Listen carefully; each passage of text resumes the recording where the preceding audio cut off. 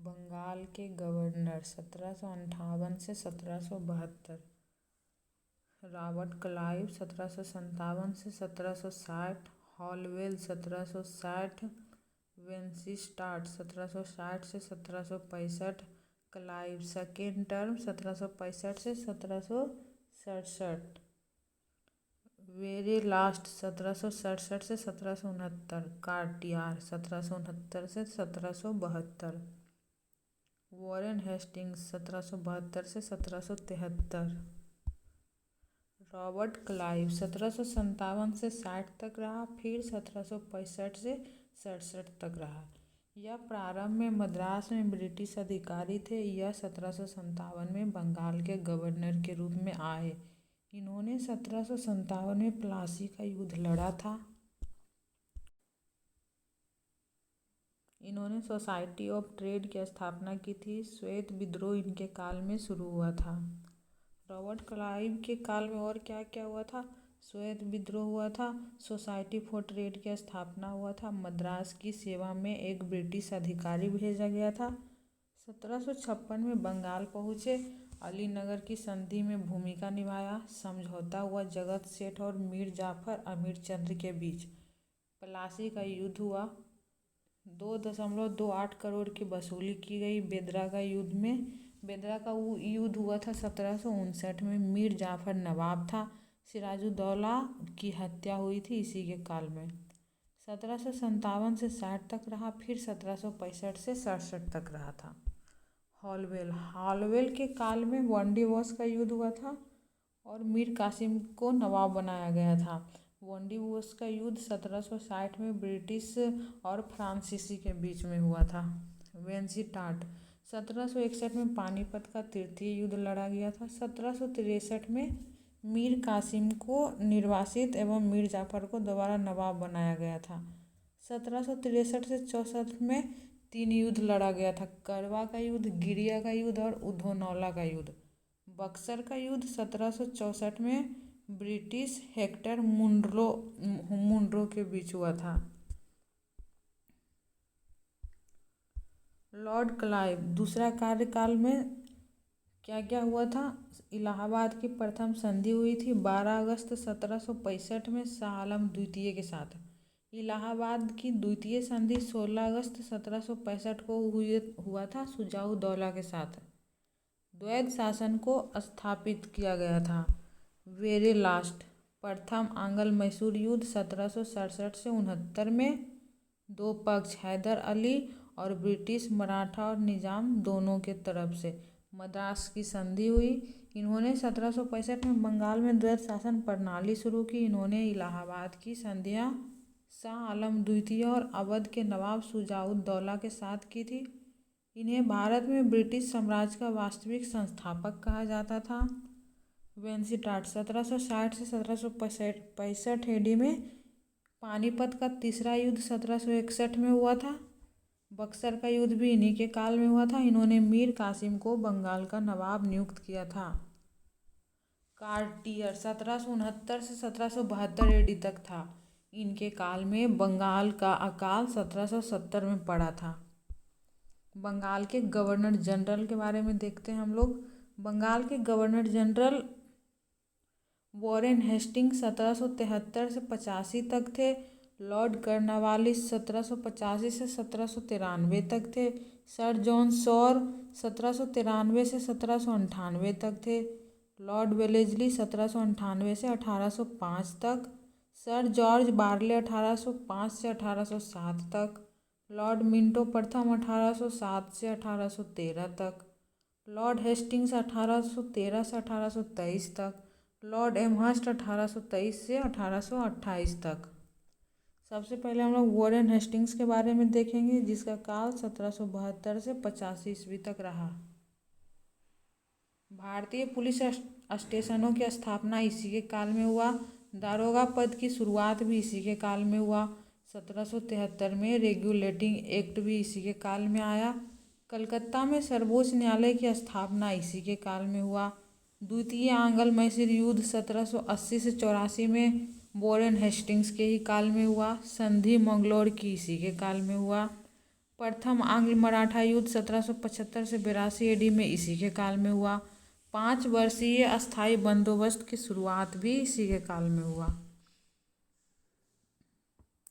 1781 में the Bengal Gazette James Augustus Hicky निकाला था, इन्हीं के काल में।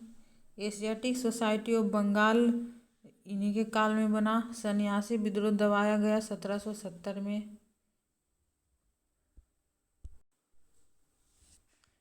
फकीर विद्रोह 1776 से 1777 में इन्हीं के काल में हुआ। दस्तक प्रणाली 1717 में भी इन्हीं के काल में हुआ था। वॉरेन हेस्टिंग्स 1773 से 1785 तक रहे।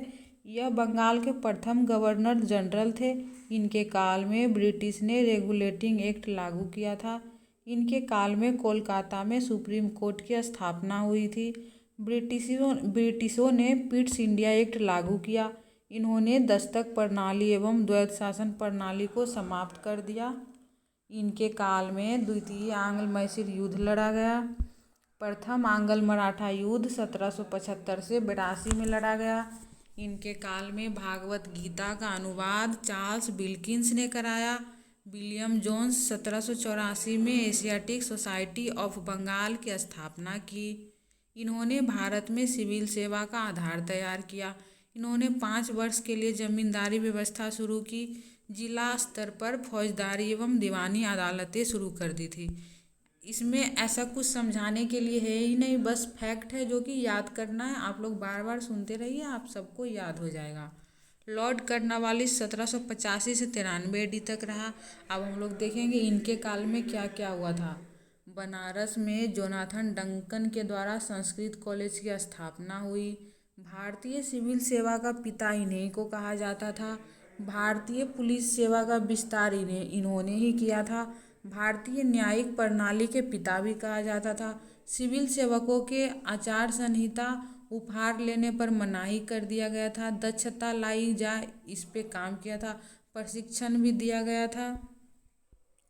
तृतीय आंग्ल मैसूर युद्ध भी इन्हीं के काल में हुआ था 1790 से 91। श्रीरंगपट्टनम की संधि भी इन्हीं के काल में हुआ था। 10 वर्षीय अस्थायी बंदोबस्त की शुरुआत हुई। कोलेटरल क्लस्टर न्यायिक कार्य और राजस्व प्रणाली की शुरुआत हुई। लॉर्ड कर्नवालिस 1786 से 1793 AD में, इन्हें भारत में सिविल सेवा के पिता कहा जाता है। इन्होंने 1793 में सिविल सेवा आरंभ की थी। इन्होंने 1793 में बंगाल, बिहार एवं उड़ीसा में अस्थायी बंदोबस्त प्रणाली शुरू की थी। इन्होंने पुलिस सुधार लागू किए थे। इन्होंने जिला जज का पद सृजित किया। यह प्रथम ब्रिटिश थे जिन्होंने कॉर्नवालिस कोड बनाई थी। इन्होंने राजस्व व्यवस्था को न्यायिक व्यवस्था से पृथक किया था। इनके काल में तीसरा आंग्ल मैसूर युद्ध लड़ा गया था। इन्होंने टीपू के साथ श्रीरंगपट्टनम की संधि की। सर जॉन शोर 1793 से 1798 AD तक रहे। राजस्व बोर्ड के अध्यक्ष के रूप में इन्होंने अस्थायी बंदोबस्त प्रणाली में महत्वपूर्ण भूमिका निभाई। 1793 में चार्टर एक्ट का प्रावधान हुआ। लॉर्ड वेलेस्ली 1798 से 1805 AD में, इन्होंने अपने आप को बंगाल का टाइगर कहा। इन्होंने भारत में ब्रिटिश साम्राज्य विस्तार हेतु सहायक संधि लागू की। वास्तव में डुप्ले सहायक संधि को प्रारंभ की थी। इनके काल में चौथा आंग्ल मैसूर युद्ध लड़ा गया था। इस युद्ध के बाद इन्होंने मैसूर को हड़प लिया था। लॉर्ड वेलेस्ली 1798 से 1805 AD तक फोर्ट विलियम कॉलेज स्थापित किया गया। सिविल सेवाओं के प्रशिक्षण हेतु चौथा आंग्ल मैसूर युद्ध 1799 में हुआ। लॉर्ड वेलेस्ली के काल में ही मैसूर के साथ सहायक संधि हुई। हैदराबाद में लॉर्ड वेलेस्ली के काल में ही द्वितीय आंग्ल मराठा युद्ध हुआ। बेसिन की संधि हुई, सहायक संधि हुई, सब कुछ इन्हीं के काल में हुआ था। इनके काल में दूसरा आंग्ल मराठा युद्ध 1803 से 5 में लड़ा गया। लॉर्ड वेलेस्ली ने प्रेस को नियंत्रित करने के लिए अधिनियम पारित किया। इन्होंने फोर्ट विलियम कॉलेज की स्थापना की। वेलेस्ली ने 1799 में सूरत तंजौर और 1799 में सूरत, 1800 में और कर्नाटक 1801 का प्रशासन अपने हाथ में ले लिया। इन्होंने 1802 में सहायक संधि मराठा के साथ की थी। सर जॉर्ज बारले 1805 से 1807, वेल्लोर विद्रोह 1806 में हुआ, दास व्यापार 1807 में समाप्त कर दिया गया। लॉर्ड मिंटो 1807 से 1813 एडी, इनके काल में राजा रणजीत सिंह पंजाब के शक्तिशाली शासक थे। इन्होंने राजा रणजीत सिंह के साथ अमृतसर की संधि की थी। 1813 में चार्टर एक्ट के द्वारा ब्रिटिश ईस्ट इंडिया कंपनी का व्यापारिक अधिकार समाप्त कर दिया गया, चीन से चाय के एक अधिकार को छोड़कर। 1809 में अमृतसर की संधि राजा रणजीत सिंह के साथ हुआ। 1813 का चार्टर एक्ट भारतीय शिक्षा हेतु 1 लाख का प्रबंध कराया गया था। आंग्ल एवं प्राच्य विवाद। आंग्ल का अर्थ था शिक्षा का माध्यम अंग्रेजी होगा। प्राच्य विवाद का अर्थ था भारतीय भाषाओं में शिक्षा दी जाएगी। इस चार्टर एक्ट के द्वारा कंपनी ने शिक्षा पर हर वर्ष 1 लाख खर्च करने का फैसला लिया। लॉर्ड हेस्टिंग्स 1813 से 1823 ईस्वी तक थे। इन्होंने हस्तक्षेप एवं युद्ध की नीति अपनाई। इस काल में थॉमस मुनरो ने मद्रास में रैयतवाड़ी व्यवस्था को शुरू किया था। इस समय मद्रास के गवर्नर थॉमस मुनरो थे। इस काल में 1813 से 1827 के दौरान आंग्ल नेपाल युद्ध लड़ा गया था। इनके काल में तृतीय आंग्ल मराठा युद्ध 1817 से 1818 के दौरान लड़ा गया। इस युद्ध के बाद ब्रिटिशों ने मराठा साम्राज्य को हड़प लिया। तीसरे आंग्ल मराठा युद्ध ने पेशवा पद को समाप्त कर दिया और बाजीराव द्वितीय को बिठूर कानपुर के समीप निर्वासित कर दिया गया और उन्होंने अपना शेष जीवन पेंशन पर बिताया। इस काल में पुणे को अधिग्रहित करके मुंबई प्रेसिडेंसी में मिला लिया गया। प्रथम कॉफ़ी प्लांट को बंगाल में 1823 में लगाया गया। लॉर्ड एमहर्स्ट 1823 से 1828 एडी, ये बंगाल के नए गवर्नर जनरल लॉर्ड हेस्टिंग्स के बाद बने थे। इनके काल में प्रथम बर्मा युद्ध लड़ा गया था। इनके काल में राजा राम मोहन राय ने वेदांत कॉलेज की स्थापना की थी। राजा राम मोहन राय ने 1828 में ब्रह्म समाज की स्थापना की थी। ब्रह्म समाज दूसरों धर्मों पर प्रहार नहीं करते थे, एकेश्वरवाद को मान्यता देते थे, पुरोहितवाद का खंडन करते थे, कर्मकांडों का विरोध भी करते थे। राजा राम मोहन राय को राष्ट्रवाद का पिता कहा जाता है। इन्होंने भरतपुर को 1826 में हड़प लिया था। भरतपुर जाटों की राजधानी थी। बैरकपुर विद्रोह इनके काल में हुआ था। भारत के गवर्नर जनरल सबसे पहले थे लॉर्ड विलियम बेंटिंग 1828 से 1835 तक, लॉर्ड चार्ल्स मैटकॉफ 1835 से 1836 तक, लॉर्ड ऑकलैंड 1836 से 1842 तक, लॉर्ड एलनबरो 1842 से 1844 तक, लॉर्ड हार्डिंग प्रथम 1844 से 1848 तक, लॉर्ड डलहौजी 1848 से 1856 तक, लॉर्ड कैनिंग 1856 से 1862 तक, लॉर्ड विलियम बेंटिंग 1828 से 1835 तक थे। अब इनके बारे में देखते हैं इनके काल में कौन कौन सा महत्वपूर्ण कार्य किया गया था। यह भारत के सबसे उदार एवं ज्ञानी गवर्नर जनरल थे। इन्हें भारत में पाश्चात्य शिक्षा का पिता कहा जाता है। इन्होंने 1829 में राजा राम मोहन राय के प्रयासों से सती प्रथा समाप्त कर दी। इन्होंने बाल बलि प्रथा को समाप्त किया, यद्यपि इस प्रथा को पहले भी अवैध घोषित किया जा चुका था। 1829 से 37 के दौरान ठगी प्रथा को समाप्त किया गया। विलियम सिलीमैन ने मेरठ में 1500 ठगों को पकड़ लिया। इनके काल में खासी विद्रोह शुरू हुआ था। इनके काल में ब्रिटिश सरकार ने 1833 का चार्टर एक्ट लागू किया था। इन्होंने मैसूर को अंतिम रूप से 1831 में हड़प लिया। मैकाले के सिद्धांत के आधार पर शिक्षा सुधार शुरू किए गए और अंग्रेजी को आधिकारिक भाषा बनाया गया। इन्होंने कोलकाता में प्रथम मेडिकल कॉलेज की स्थापना करवाई। यह बंगाल के अंतिम गवर्नर जनरल थे, जिन्होंने 1833 से 1835 तक भारत के प्रथम गवर्नर जनरल के रूप में भी सेवाएं जारी रखे। लॉर्ड लॉर्ड चार्ल्स मेटकॉफ 1835 से 1836। इन्होंने शिक्षा पर मैकाले का प्रावधान आगे बढ़ाया। इन्होंने प्रेस से प्रतिबंध हटाए, इन्हें प्रेस का मुक्तिदाता कहा जाता है। लॉर्ड ऑकलैंड 1836 से 1842 तक रहे। 1839 में इन्होंने कलकत्ता से दिल्ली तक ग्रैंड ट्रंक सड़क जीटी रोड का निर्माण कराया। सतारा के राजा का निक्षेपण और निर्वासन हुआ। प्रथम अफगान युद्ध 1836 से 1842 तक आरंभ हुआ, जिसमें ब्रिटिशों को हानि हुई और ऑकलैंड को वापस बुला लिया गया। 1838 में इन्होंने शाह शुजा एवं राजा रंजीत सिंह के साथ त्रिपक्षीय संधि की थी। इन्होंने ब्लैक एक्ट प्रारंभ किया। इस अधिनियम ने काले एवं गोरे का भेद समाप्त कर दिया। इन्होंने तीर्थ यात्रा कर समाप्त कर दिया। इन्होंने सिंचाई के लिए नहरों का निर्माण करवाया था। दुर्गा पूजा की पुनः शुरुआत हुई।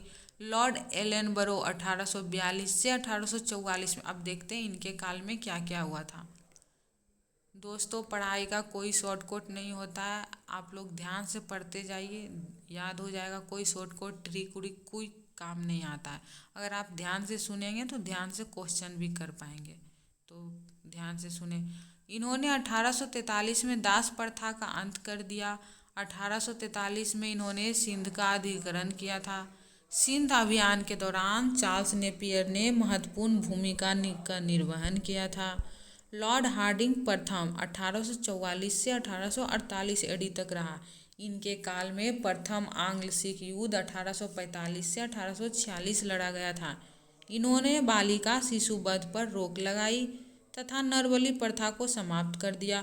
इन्होंने सिखों के साथ लाहौर की संधि की थी। इनके काल में सूरत में प्रसिद्ध नमक विद्रोह हुआ था। 50% नमक कर कम कर दिया गया। इन्होंने अंग्रेजी भाषा को नियुक्तियों में अनिवार्य कर दिया। लॉर्ड डलहौजी 1848 से 1856 एडी तक। 1848 में भारत आए थे। इनके काल में ब्रिटिश साम्राज्य चरमोत्कर्ष पर पहुंचा था। वह एक साम्राज्यवादी गवर्नर जनरल थे। इनके काल में मुगल बादशाह बहादुर शाह जफर थे। 1848 में आदेश दिया कि बादशाह लाल किला छोड़ दें। लॉर्ड डलहौजी। अब देखते हैं डलहौजी के काल में क्या क्या हुआ था। इससे क्वेश्चन बहुत पूछता है, बहुत ध्यान से और बारीकी से पढ़िएगा आप लोग। राज हड़प की नीति 1848 में इन्हीं के काल में हुआ। साम्राज्यवादी विस्तार नीति का इन्होंने अपनाया। भारत के 12.5% भाग का विलय कर लिया गया था। सतारा, जैतपुर, संभलपुर, झांसी, नागपुर, उदयपुर, अवध, पंजाब सभी को विलय कर लिया गया था। 1848 में लाल किला छोड़ने का आदेश डलहौजी ने ही दिया था। उपाधियां छीनना शुरू हो गया, पेंशन छीनना शुरू हो गया। इनके काल में दूसरा आंग्ल सिख युद्ध लड़ा गया। 1849 में पंजाब का अधिग्रहण कर लिया गया। पेंशन एवं उपाधि समाप्त कर दी गई। कुशासन के आधार पर अवध को हड़प लिया। इस समय अवध के नवाब वाजिद अली शाह थे। इन्होंने बरार को हड़प लिया। इन्होंने 1848 में राज हड़प की नीति लागू की थी। इस नीति के अनुसार भारतीय राजाओं के द्वारा गोद लिए गए पुत्रों को उनके उत्तराधिकारी के रूप में अमान्य घोषित कर दिया गया। इस नीति के अनुसार निम्न राज्यों का अधिग्रहण सतारा का 1848 में, जैतपुर का 1849 में, उदयपुर का 1852 में, झांसी 1853 में, नागपुर 1854 में हो गया। इन्होंने पंजाब से कोहिनूर हीरा प्राप्त किया था और ब्रिटेन की महारानी को भेज दिया था। इनके काल में द्वितीय आंग्ल बर्मा युद्ध लड़ा गया था और इन्होंने बर्मा का निम्न भाग जीत लिया था। इनके काल में शिक्षा सुधार हेतु चार्ल्स वुड डिस्पैच आया था। डाक प्रणाली की शुरुआत हुई थी। रेलवे निर्माण आरंभ हुआ। प्रत्येक प्रांत में PWD की शुरुआत हुई। इनके काल में विधवा पुनर्विवाह अधिनियम ईश्वरचंद्र विद्यासागर की सहायता से अधिनियमित हुआ।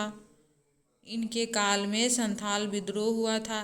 प्रथम इंजीनियरिंग कॉलेज की स्थापना रुड़की में हुई। अब देखते हैं हम लोग लॉर्ड कैनिंग 1856 से 1862 तक रहा और इसके अंतर्गत कौन कौन सा महत्वपूर्ण कार्य हुआ। ये भारत के अंतिम गवर्नर जनरल एवं प्रथम वायसराय थे। इस समय ब्रिटिश महारानी विक्टोरिया थी। इनके काल में 1857 की क्रांति आरंभ हुई थी। 1857 की क्रांति भारत में ब्रिटिश शासन के चरित्र और नीतियों का परिणाम था।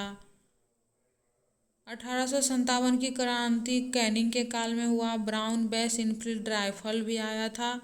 इसमें गाय और सुअर की चर्बी लगी हुई थी। 1857 की क्रांति को दबाया गया। मुगल साम्राज्य का अंत हो गया। निर्वासित रंगून कर दिया गया था अंतिम सम्राट को। इनके काल में 1857 के विद्रोह दबाया गया। 1857 की क्रांति के बाद इलाहाबाद के दरबार का आयोजन हुआ। 1 नवंबर 1858 में इन्होंने महारानी की उद्घोषणा को इलाहाबाद दरबार में पढ़कर सुनाया। महारानी की उद्घोषणा में क्या क्या कहा गया था, जरा देखते हैं। भारतीय शासन का नियंत्रण कंपनी से छीनकर ब्रिटिश क्राउन को सौंप दिया गया। पील कमीशन, रॉयल कमीशन लाया गया। राज हड़प की नीति समाप्त कर दी गई थी। अब चला के भी क्या हुआ था, राज हड़प की नीति लगा के तो सारा राज्य को हड़प लिया गया था।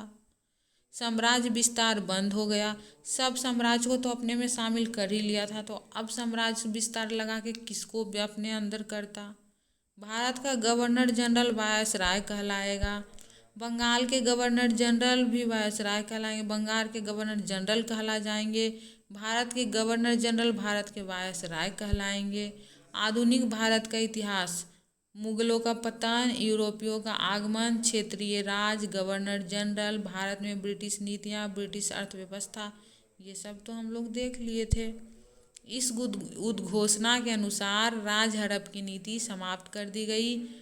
भारत में ब्रिटिश शासन का नियंत्रण महारानी को सौंप दिया गया। अब भारत के गवर्नर जनरल को वायसराय कहा जाने लगा। इन्होंने 3 विश्वविद्यालयों की स्थापना कलकत्ता, मुंबई एवं मद्रास प्रेसिडेंसी में करवाई। भारतीय दंड संहिता लागू हुई थी। 1861 में भारतीय परिषद अधिनियम एवं आपराधिक संहिता लागू हुई। 1861 में भारतीय उच्च न्यायालय अधिनियम लागू हुआ। 1859 से 60 में बंगाल में नील विद्रोह की शुरुआत हुई थी। भारत में आर्थिक सुधार प्रारंभ किए गए। इन्होंने सेना में एक नई बंदूक इनफील्ड राइफल लागू की, जिसके कारतूस ऊपर गाय एवं सुअर की चर्बी लगी होती थी। इनके काल में ईश्वर चंद्र विद्यासागर के प्रयासों से विधवा पुनर्विवाह अधिनियम लागू हुआ। इनके काल में 3 उच्च न्यायालय की स्थापना हुई। कलकत्ता, मुंबई, मद्रास। 500 से अधिक की आय पर 5% कर लगाया गया। अब हम लोग देखेंगे भारत के वायसराय। भारत के वायसराय लॉर्ड कैनिंग 1856 से 1862 तक रहे। लॉर्ड एल्गिन प्रथम 1862 से 63 तक रहे। सर जॉन लॉरेंस 1864 से 1869 तक रहा। लॉर्ड मेयो 1869 से 72 तक रहा। लॉर्ड नॉर्थब्रुक 72 से 76 तक रहा। लॉर्ड लिट्टन 1876 से 80 तक रहा। लॉर्ड रिपन 1880 से 84 तक रहा। लॉर्ड डफरिन 1884 से 1888 तक रहा। लॉर्ड लैंसडाउन 1888 से 1894 तक रहा। लॉर्ड एल्गिन द्वितीय 1894 से 1899 तक रहा। लॉर्ड कर्जन 1899 से 1905 तक रहा। लॉर्ड मिंटो द्वितीय 1905 से 1910 तक रहा। लॉर्ड हार्डिंग द्वितीय 1910 से 16 तक रहा। लॉर्ड जेम्सफोर्ड 1916 से 21 तक। लॉर्ड रीडिंग 1921 से 26 तक।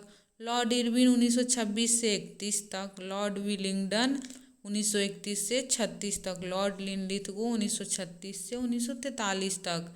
लॉर्ड बेवेल 1943 से 1947 तक। लॉर्ड माउंटबेटन 1947 से 1948 तक। लॉर्ड एल्गिन प्रथम 1862 से 1863 एडी तक रहे। भारत के वायसराय बनने से पहले यह जमैका एवं कनाडा में भी गवर्नर जनरल के रूप में सेवा दे चुके थे। इन्होंने बहावी आंदोलन का दमन किया था। इन्होंने चीन में एक राजपूत व्यापार हेतु भेजा था। शिमला में इनकी अचानक मृत्यु 1863 के बाद प्रशासनिक कार्यों को नेपियर एवं डेनिसन ने संभाला।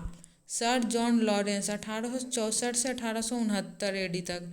इन्होंने भारत में टेलीग्राम सेवा शुरू की एवं इसे यूरोप से जोड़ा। भारत में यूरोप के बीच समुद्री टेलीग्राफ की सेवा प्रारंभ की। 1865 में 3 उच्च न्यायालयों की स्थापना हुई थी, मद्रास, कलकत्ता, मुंबई। चौथा उच्च न्यायालय संयुक्त प्रांत के आगरा में स्थापित हुआ, जो बाद में इलाहाबाद स्थानांतरित हो गया था। इन्होंने नहरों एवं रेलवे के कार्य को बढ़ाया। इन्होंने राज प्रबंधित रेलवे का समर्थन किया। इन्होंने भारतीय वन विभाग का सृजन किया था और राष्ट्रीय न्यायिक सेवाओं को मान्यता दी थी। 1857 की क्रांति के समय यह पंजाब के गवर्नर थे। इन्होंने दिल्ली पर दोबारा अधिकार करने में महत्वपूर्ण भूमिका निभाई, इसलिए इन्हें भारत का रक्षक भी कहा जाता है। 1865 में भूटान के साथ युद्ध हुआ। इन्होंने कुशल अकर्मण्यता नीति का पालन किया। इन्हें अहस्तक्षेप नीति भी कहा जाता है। 2 बड़े अकाल पड़े इनके काल में। 1866 में उड़ीसा में, 1868 से 69 में बुंदेलखंड में। इन अकालों में 10 लाख से अधिक लोग मारे गए। इनके काल में एक अकाल आयोग का गठन हुआ। इस आयोग के अध्यक्ष हेनरी कैंपबेल थे। लॉर्ड मेयो 1869 से 1872 ईस्वी तक रहे। इन्होंने 1870 में केंद्रीय एवं प्रांतीय वित्त व्यवस्था को लागू कर दिया था।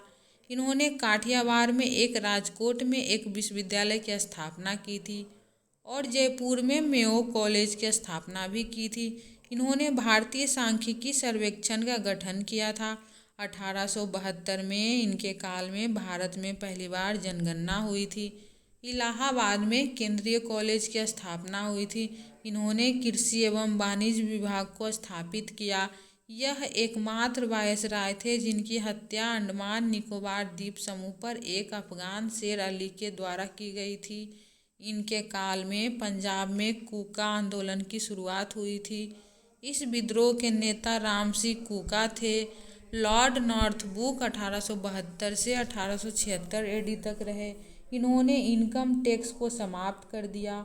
1874 में बंगाल व बिहार में अकाल पड़ा। इनके काल में कूका आंदोलन की शुरुआत हुई।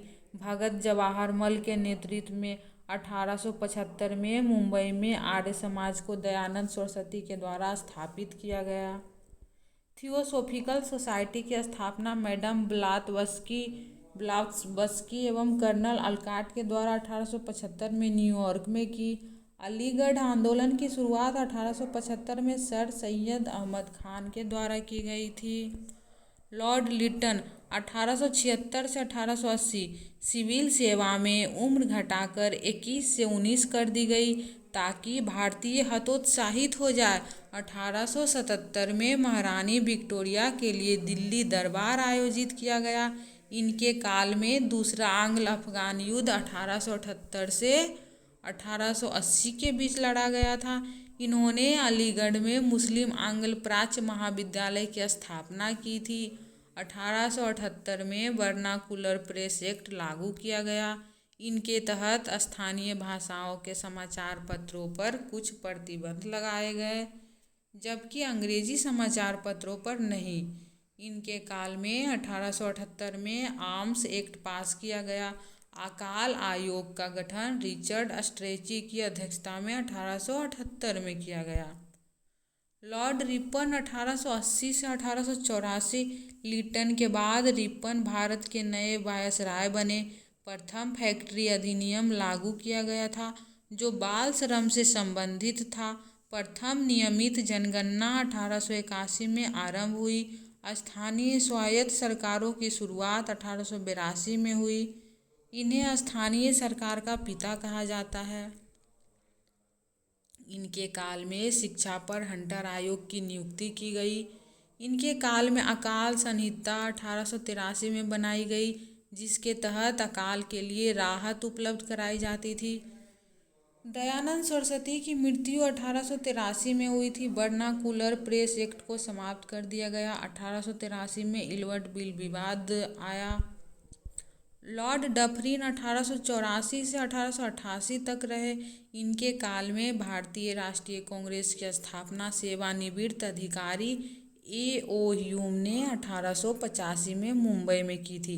इनके काल में सिविल सेवा में सुधारों एवं एचिसेन कमेटी का गठन हुआ था। इनके काल में तृतीय आंग्ल बर्मा युद्ध लड़ा गया था। बर्मा के शासक को रत्नागिरी महाराष्ट्र में निर्वासित कर दिया गया। बर्मा का अधिग्रहण कर लिया गया। 1887 में इनके काल में इलाहाबाद विश्वविद्यालय की स्थापना की गई। लॉर्ड लैंसडाउन 1888 से 1894 इनके काल में दूसरा फैक्ट्री अधिनियम पास किया गया था। भारतीय परिषद अधिनियम 1892 को लागू किया गया। 1893 में ब्रिटिश भारत एवं अफगानिस्तान के मध्य सीमांकन हेतु डुरंड आयोग का गठन किया गया था। 1893 में स्वामी विवेकानंद विश्व धर्म संसद में भाग लेने के लिए शिकागो पहुँचे थे। सिविल सेवा का विभाजन साम्राज्य, प्रांतीय एवं अधीनस्थ सेवाओं के रूप में किया गया। इनके काल में मणिपुर में विद्रोह हुआ था। भारतीय परिषद अधिनियम 1892 के अनुसार अप्रत्यक्ष चुनाव सिद्धांत भारत में शुरू किया गया। लॉर्ड एल्गिन द्वितीय 1894 से 1899 एडी तक इनका काल था। और देखते हैं इनके काल में क्या क्या प्रमुख घटना घटी। इनके काल में मुंडा विद्रोह प्रारंभ हुआ था। मुंडा विद्रोह के नेता बिरसा मुंडा थे। चापेकर बंधु द्वारा ब्रिटिश अधिकारियों और उसकी हत्या कर दी गई थी। इस काल में भारतीय राजनीति में गरम दल का उदय होने लगा था। एल्गिन प्रथम के पुत्र थे। यह एक आर्थिक सुधारक भी थे। इन्होंने एक केंद्रीय सेनापति की नियुक्ति की थी। शब्द वंदे मातरम को पहली बार 1896 के कांग्रेस अधिवेशन में गाया गया था। स्वामी विवेकानंद ने 1897 में रामकृष्ण मिशन की स्थापना की थी। 1896 में भारत में भयंकर अकाल पड़ा और एक अकाल आयोग की स्थापना लॉयल की अध्यक्षता में हुई। लॉर्ड कर्जन 1899 से 1905 तक रहे। इन्होंने एंड्रयू फ्रेज की अध्यक्षता में एक पुलिस आयोग की स्थापना की थी। इन्होंने एक विश्वविद्यालय आयोग का गठन किया था। इन्होंने भारत विश्वविद्यालय अधिनियम को 1904 में पास करवाया। इन्होंने एक वाणिज्य एवं उद्योग विभाग स्थापित किया। इन्होंने एक भारतीय मुद्रा एवं पेपर मुद्रा एक्ट 1899 में स्थापित किया। इन्होंने 1905 में बंगाल विभाजन की घोषणा की। इन्होंने भारत में पुरातात्विक विभाग की स्थापना की थी। इन्होंने सर जॉन मार्शल को पुरातात्विक विभाग का निदेशक घोषित किया था। इन्होंने एक सिंचाई विभाग स्थापित किया। भारत में दूसरा औरंगजेब भी कहा गोपाल कृष्ण गोखले को।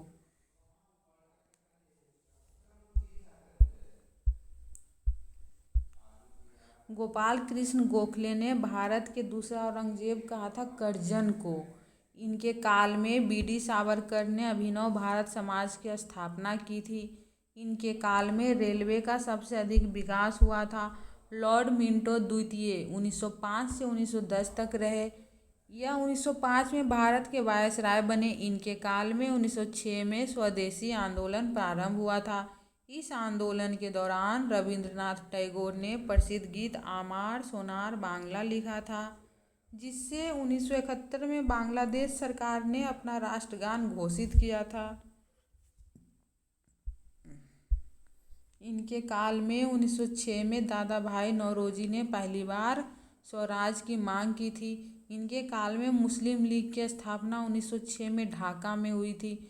मुस्लिम लीग के अध्यक्ष आगा खां और सलीमुल्लाह खां थे। मुस्लिम लीग के अध्यक्ष आगा खां और सलीमुल्लाह खां थे। 2 बार रिपीट हो गया।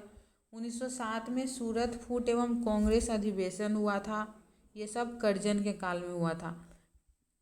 इनके काल में भारत में ब्रिटिश सरकार ने मार्ले मिंटो सुधार लागू किए थे। लॉर्ड हार्डिंग द्वितीय 1910 से 1916 एडी में। इनके काल में बंगाल का विभाजन रद्द हुआ था। इनके काल में ब्रिटिश साम्राज्य जॉर्ज पंचम एवं महारानी मैरी भारत भ्रमण पर आए।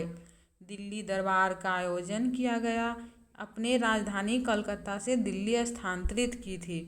1915 में इनके काल में मदन मोहन मालवीय ने हिंदू महासभा की स्थापना की थी। हार्डिंग बम कांड। इनके काल में 9 जनवरी 1915 को महात्मा गांधी भारत आए। इनके काल में 28 जुलाई में प्रथम विश्व युद्ध आरंभ हुआ था।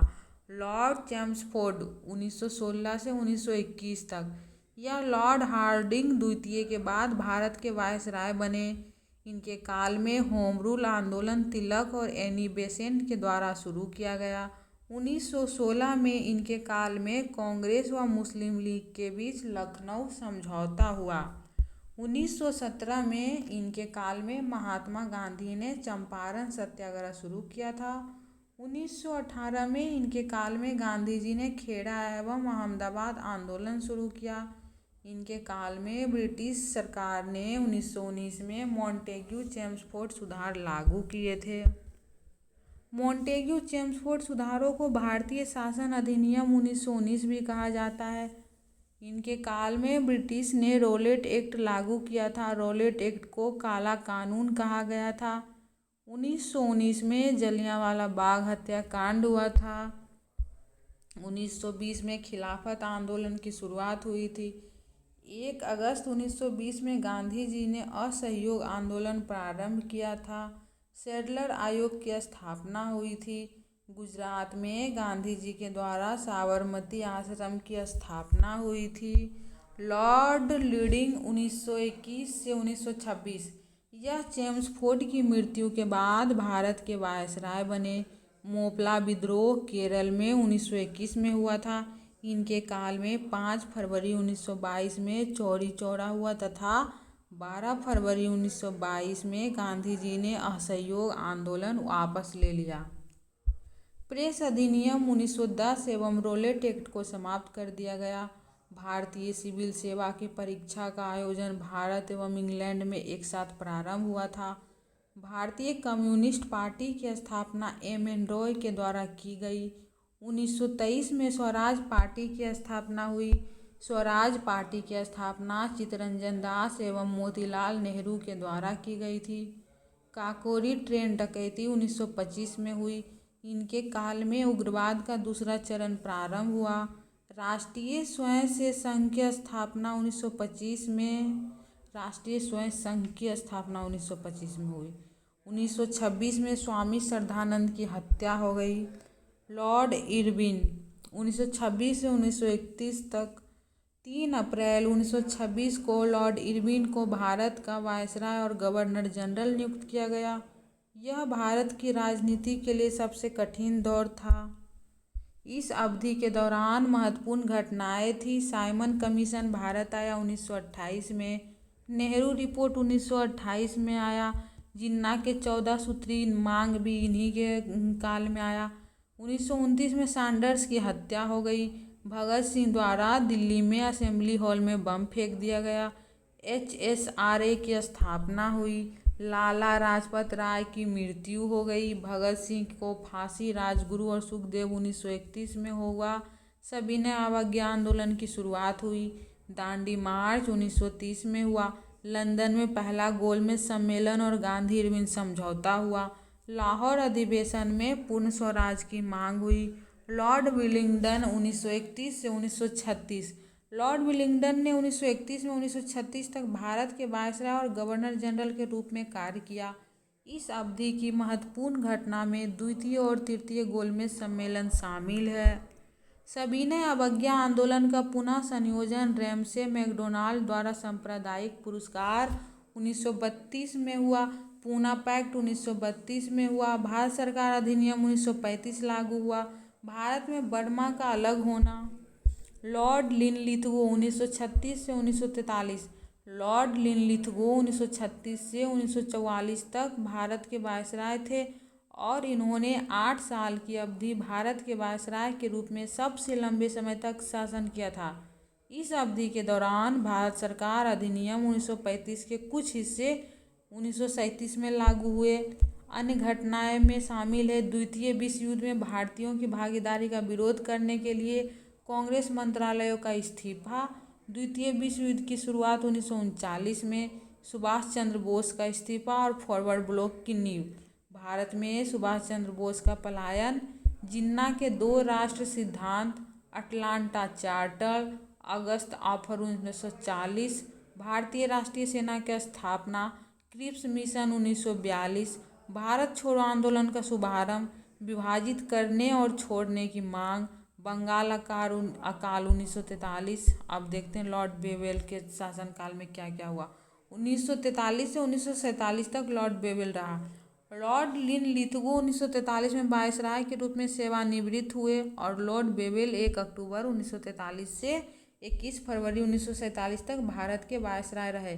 उनके कार्यकाल के दौरान सबसे महत्वपूर्ण घटना बंगाल में महाअकाल 1943 में पड़ा, राजगोपालाचारी फॉर्मूला 1944, शिमला सम्मेलन 1945 में हुआ, जापान के आत्मसमर्पण के साथ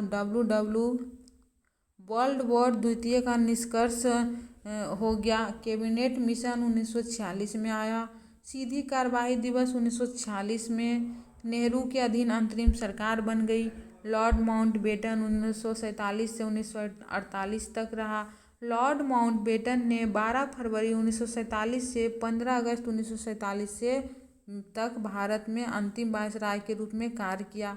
15 अगस्त 1947 से 21 जून 1948 तक मुक्त भारत के पहले गवर्नर जनरल बने। विभाजन समिति और विभाजन परिषद आया। भारतीय स्वतंत्रता अधिनियम 1947 लागू हुआ। उनके कार्यकाल के दौरान भारत को भारत और पाकिस्तान के 2 प्रभुत्व के रूप में स्वतंत्रता मिली। 2 सीमा आयोग गठित किए गए। पाकिस्तान ने कश्मीर पर हमला किया और महात्मा गांधी की गोली मारकर हत्या कर दी गई।